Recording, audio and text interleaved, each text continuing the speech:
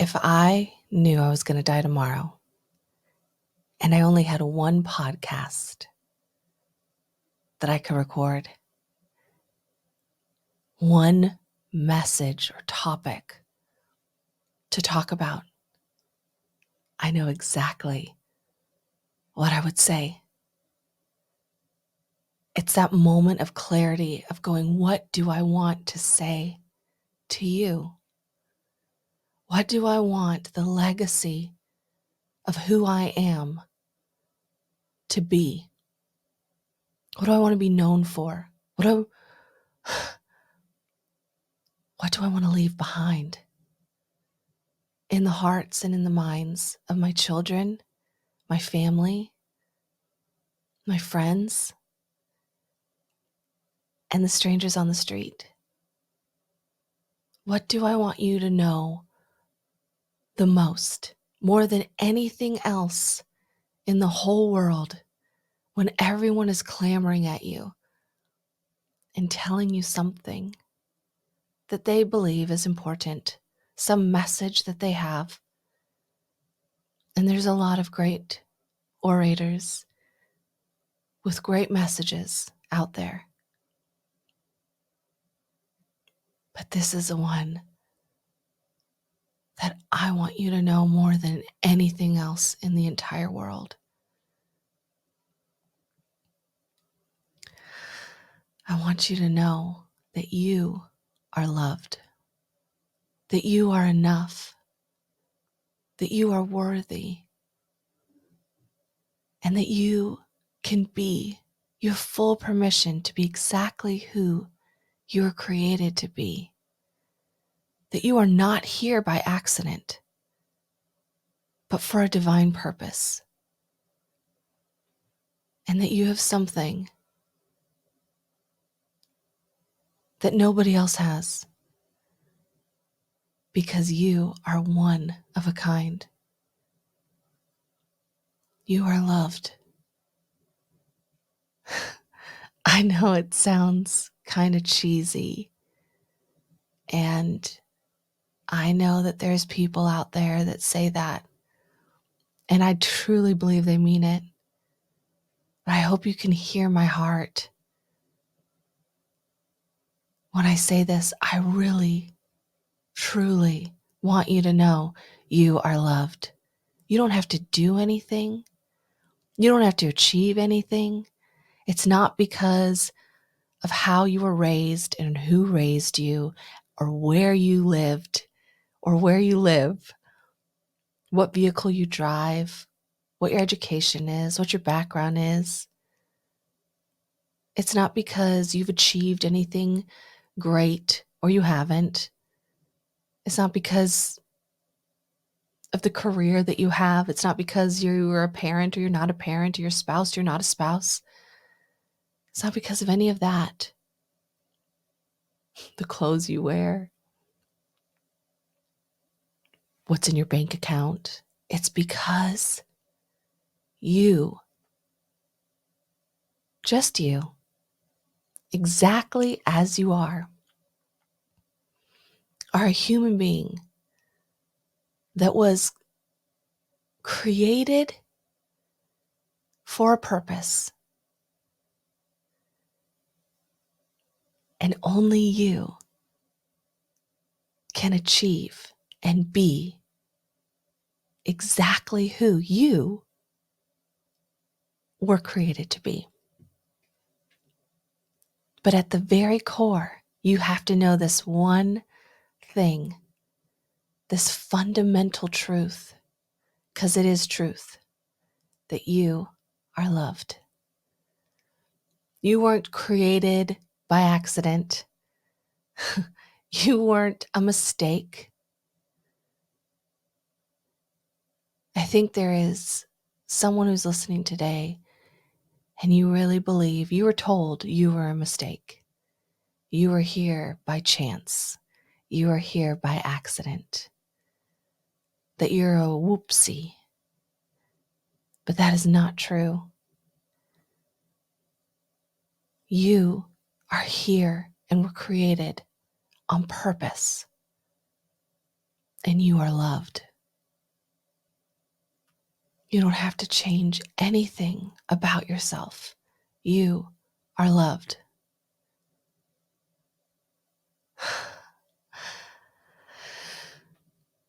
I want you just to exhale,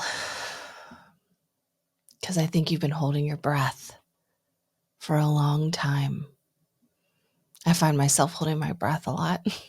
I don't even know why. So I just welcome you to join me in just exhaling. Inhale and exhale. Let it all out. There's been a lot that you've been carrying. There's been a lot you've been trying to just prove. If you could just be like that person, if you could just get that job or that promotion, if you could just get that pay raise, if you could just get that car, if you could have that baby, if you could get married, whatever it is, then you'll be loved. Then you'll be worthy. But that's not true, because you already are. You are loved. Even if you have never felt loved by anyone in your entire life, I want you to know, and even if I don't know you, I love you. This is something that I feel I was created for, to make sure that every person that I come in contact with knows this truth. It's so foundational in who I am and in my makeup. But that's because it's so foundational in the God of the universe, who created me, who created you. Whether you choose to believe in God or not, you were created and loved so incredibly much. How does that feel, to be loved? What would it look like if we truly believed that? If you truly believed that? If you believed and you knew that you were loved and you didn't have to do anything or prove anything to anyone, and you could actually love yourself, what could you do? Anything. You really could do anything, because you would know the truth, that you are loved, that you are worthy, that you have a purpose, a destiny, and no one could stop you. Every single one of us is born as a baby, as an infant, that is almost like knit into us, into our DNA, that we're loved, that we can do anything, that we have a purpose and a design and a destiny. And then we start to grow up, and we believe we're enough and worthy. And then we start to grow up, and parents and teachers and society and social media and advertisements and advertisement agencies and everything else, professors, they all beat it out of us in a way, because through their subliminal messaging and their not so subtle messaging, they either explicitly tell us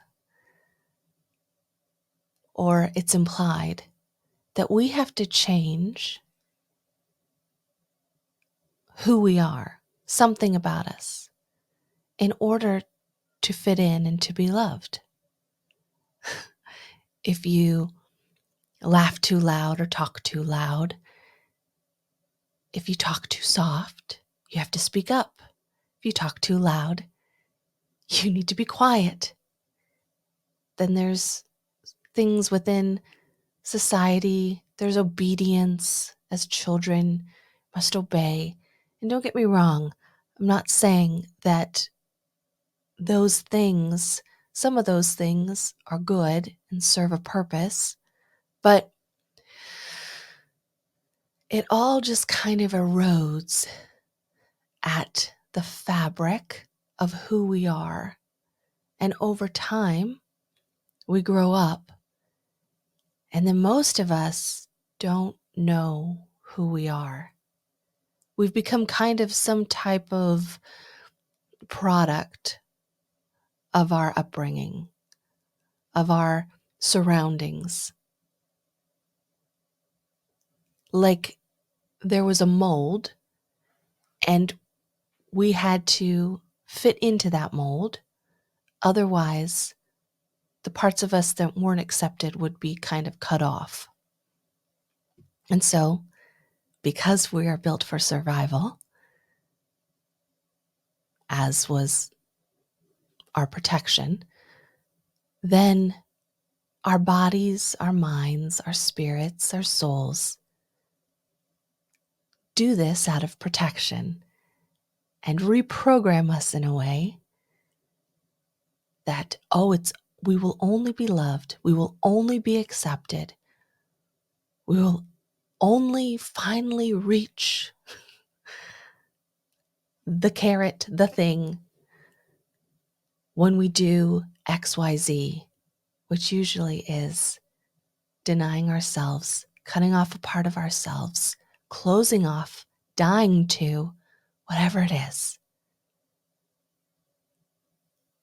And so now we have a lot of broken, confused, hurting, wounded people walking around the planet.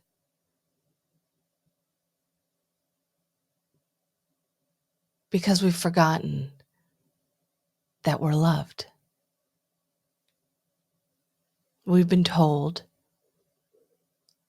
by most well-meaning people that this is what it looks like to be a person that's loved. You know, the American dream. You're going to have 1.2 children, a big house with a picket fence, and the 9-to-5 job. I mean, I don't even think that's the American dream anymore, but it was the American dream for a long time.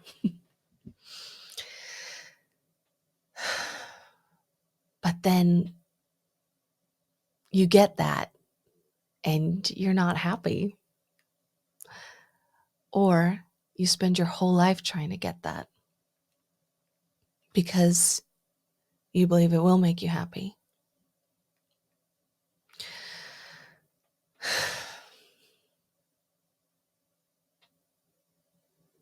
But I just want to interject and say, you don't have to do any of that stuff. You don't have to be the person that everyone thinks that you should be. You don't have to fit into any mold. You are perfect because you are loved by a God who dreamed you up. So to the person that has been told and believes they are a mistake, they are here by accident or by chance, I want you to know the truth. The truth is you are a dream that God had in his heart, and he created you from that dream. And that's why you can't be like everybody else, because you're not like everybody else. You come from a dream in the heart of God. A lot of times we're just getting to know each other, so you don't know this about me yet, but I have conversations with God a lot, just about, I don't know, anything. And the other day, I was talking to him about abortion. Very taboo subject, I know. But remember, this is the Bold and Unafraid podcast. So I was talking to him about abortion. And when I say I was talking to God, a lot of times it's just I'm talking and then I will quiet my heart and my mind and I'll listen and I'll see if I get any new ideas or new thoughts on the topic or on the subject. So I was talking about abortion and just all the feelings around it, all the controversial thoughts around it. And I I have I have a lot of um I have a lot of differing thoughts on abortion because I feel it's it's a really heavy topic. It's a really big topic. And it's been, for the most part, discussed, whether it's in the media or in politics. For the most part, it's talked about by men to women. And that perspective, it is a perspective, but I believe the conversation belongs, the leaders of the conversation belong to women. And I also believe that not only does a woman have a choice over her body, but then you have the factor of the child, the unborn child that is within the woman, and whether it's a boy or girl, and the choice that they're not able to make. And then society and courtrooms decide at what age that should be a choice.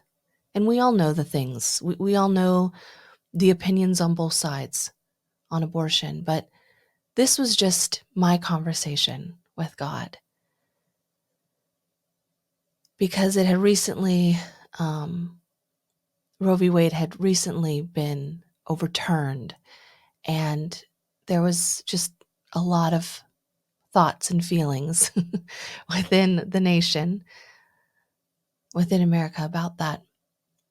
And so I was coming to him with some of my thoughts and the people that I knew that this maybe was hurting.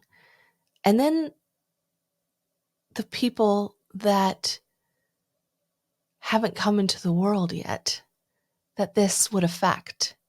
And then I was thinking about my own daughters and my own sons. And ironically, during both of my pregnancies with my sons in particular, I was told by doctors, medical professionals, and specialists that I should abort the fetuses. They say fetus, I say baby. And I was told of all the horrible things that could happen if I didn't. And in both cases, about how my body was responding and how my body might not make it, how it would be my life or their life. And so there's some really real choices that I chose to make that I believe were my choices, not the doctor's, not family, not spouse, but me. Because when a baby's inside of you, that's what it boils down to. And I chose that I was going to keep my babies. And both times since I'm here today, and you know this, but I didn't die. With my last son, with Paxton, it came very close, and I almost did. But I still wouldn't trade that. But again, that was my choice. And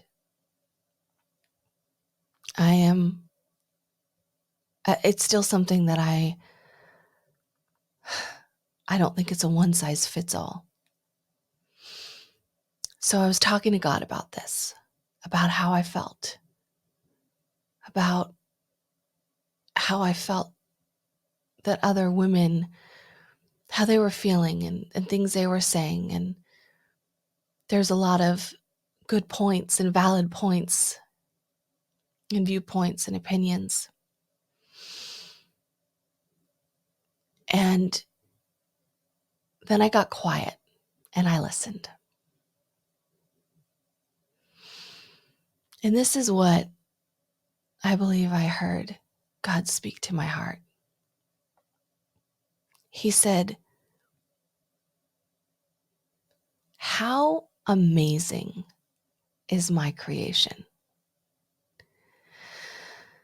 He's like, "How different and unique every animal, mammal, reptile, creeping thing, flying thing, whatever it is, that there's so much value in it, that there's purpose within it, that all of those things play a part. All of creation plays a part. And there's ecosystems within ecosystems. And if you have something become extinct because we kill it, and it no longer produces, and it's gone for forever, it messes. Not just is it that loss, but it messes with the ecosystems within the universe, within the earth, on the planet, and into the cosmos. It does things, and things happen that we don't even fully know yet. We don't even know the ramifications of it yet.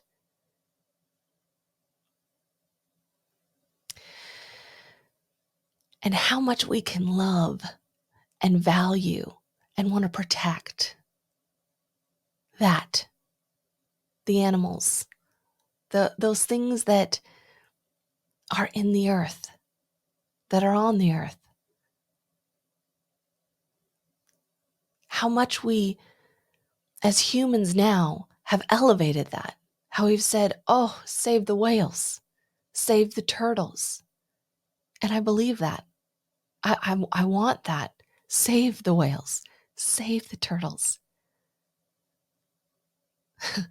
Protect the earth. Be a good steward. I believe all of that. And then I got this overwhelming feeling to the biggest, largest magnitude that I've ever felt anything in my entire life. And that's when God whispered to my heart, "This is a drop of how I feel for my kids, my children.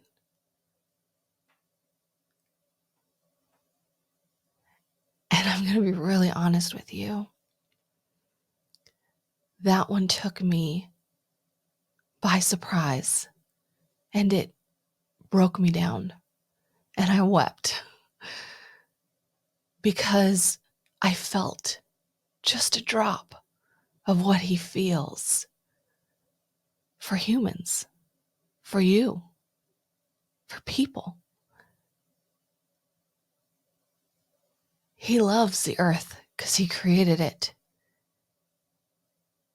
and we are to be stewards of it. We are to protect it and to love it and to nurture it. But he loves us even more. All I could handle was a drop of that love. You have stories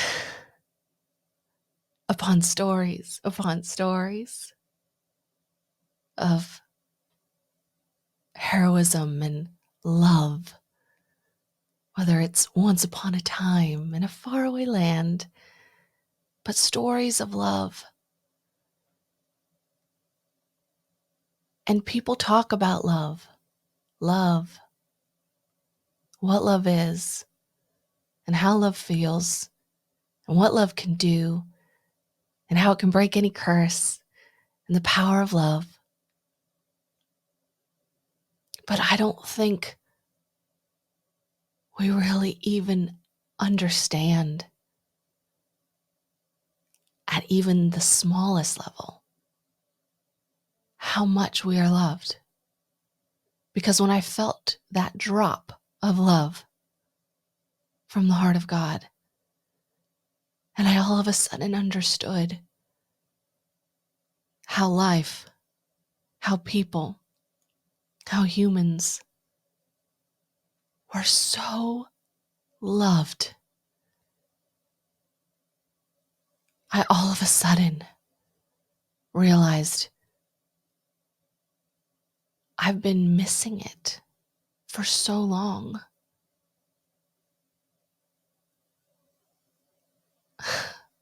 We've been missing it for so long. Isn't that what we all want? Is to be loved by someone.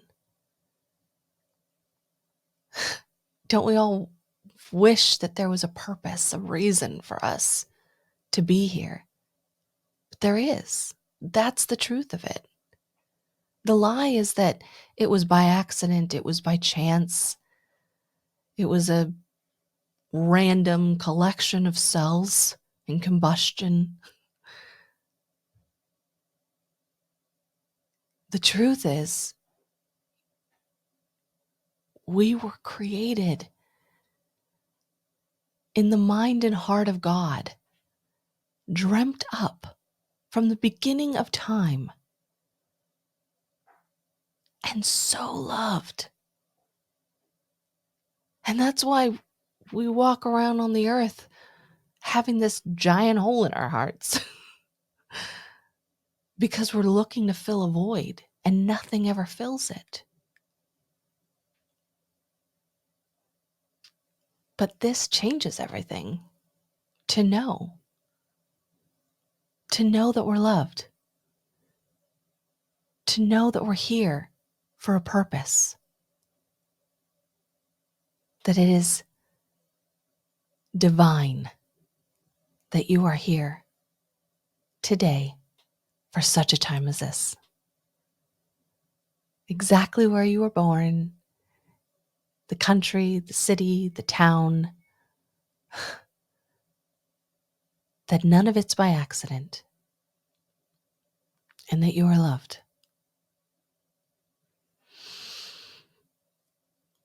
So, in conclusion, that is the one thing that I wanted to share with you. That is the one message that it was on my heart. That if I knew I was going to die tomorrow and I only could say or have one message and one podcast, and I want you to know that you are loved, that you're not an accident, that you were dreamt up in the heart of God, that you're here for a purpose, and you can be exactly who you are. You don't have to change it. And I could spend so much time just sitting with you, sitting in silence, sitting in this moment, having you soak it in. But I do want you to soak it in. I want you to just let it soak into every fiber of your being, to nourish every cell in your body, to permeate every thought that tries to come into your head.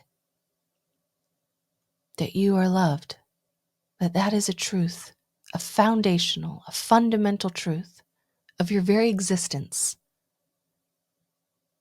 Because the nature and the heart of God is that He loved you and He loves you. He would give anything for you to know that you are loved.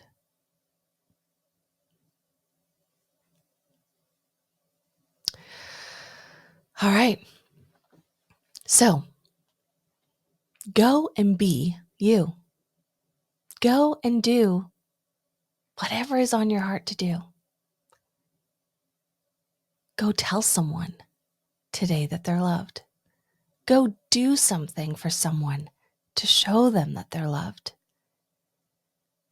And start talking to yourself and treating yourself like someone who is loved by God. That means you're going to take care of your body. You're going to feed it. You're going to give it water to drink. You're going to move it. You're going to dance. If you like to dance, you're going to exercise because it keeps everything healthy. You're going to hug someone that you love and you're going to tell them that you love them for who they are, not for what they can give you, but for who they are. And that's it.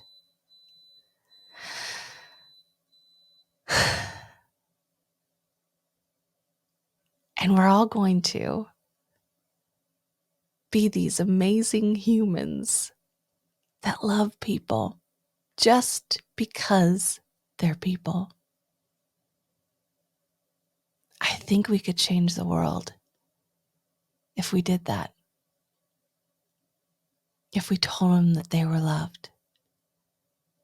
If all of us knew it, that we're loved. And that we have the freedom to be exactly who we want to be. To the fullness that we want to be it. Without having to cut off any parts of ourselves.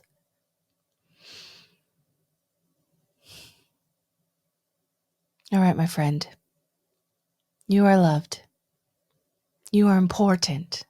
You are smart. You are creative. You are enough. You are worthy. And you get to just be you. Let that sink in. Feel it like a warm blanket on a cold day. And any time that you start to forget, or you start to get caught up in the rat race of it all, in the hustle, in the hurry, in the achieving, in the perfectionism, I want you to stop, put your hand over your heart, and say, I am loved. I am enough. I am worthy. I was created by a dream in the heart of God. and I can be whoever I want to be, fully and completely, without cutting off any part of me. And then I want you to go out and live it. And I want you to share it with every person that you come in contact with. And slow down. I know this has been a slow podcast, but I want you to slow down because you're in a hurry. What?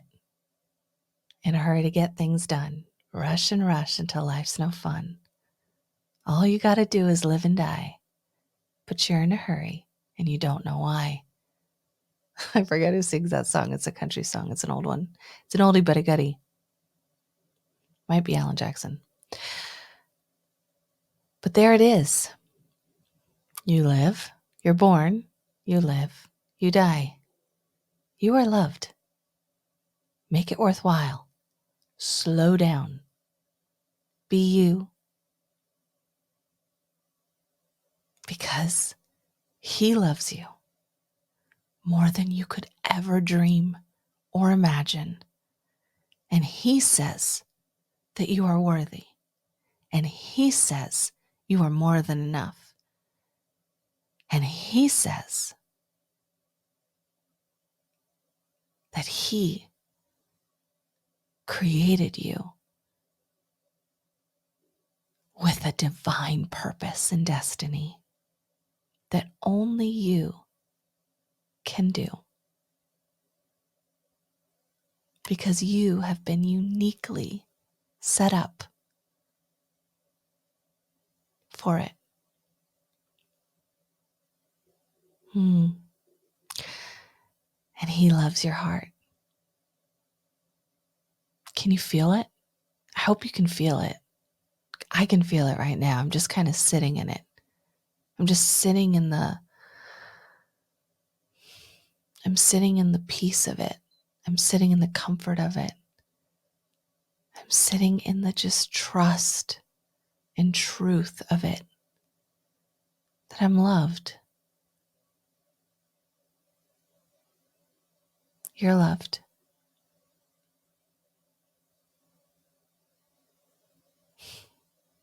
We're loved. You're loved more than you could ever dream or imagine.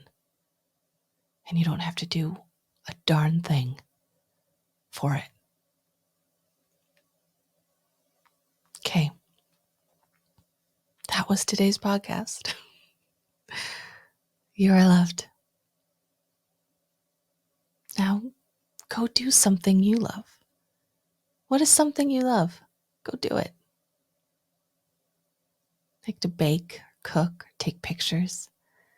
You like to create, draw, sing, dance. You like numbers. You like people. You like animals. You like the earth, nature. You love it. Go do it. Whatever it is.